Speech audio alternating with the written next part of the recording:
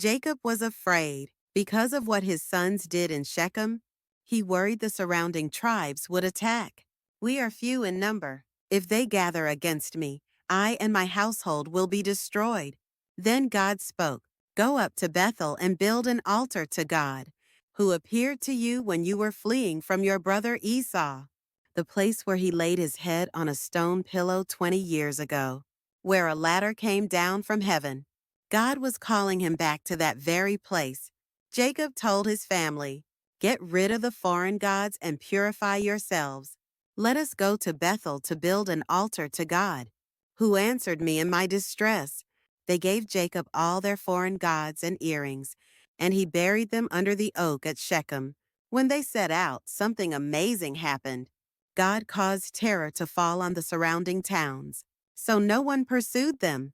God himself protected their way. At Bethel, Jacob built an altar.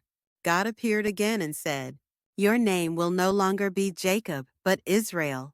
Be fruitful and multiply. Nations and kings will come from you. The land I gave Abraham and Isaac I give to you and your descendants." Jacob set up a stone pillar and poured oil on it, worshiping God. Leaving Bethel toward Ephrath, Rachel went into labor with great difficulty.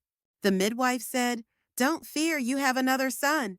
But Rachel was dying. She named him Ben-Oni, son of my sorrow.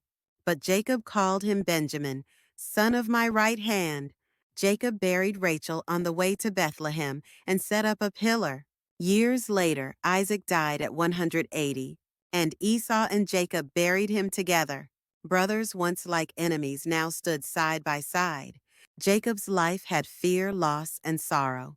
But God never left him and transformed him into Israel. This promise continued.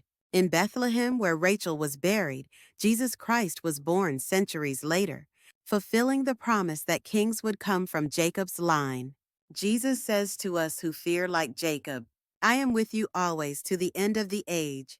To those in sorrow like Rachel, "Blessed are those who mourn, for they will be comforted. And come to me, all who are weary and burdened, and I will give you rest." The ladder Jacob saw at Bethel pointed to Jesus Christ, the only way connecting heaven and earth. Today he is with us in our fears and sorrows, transforming us.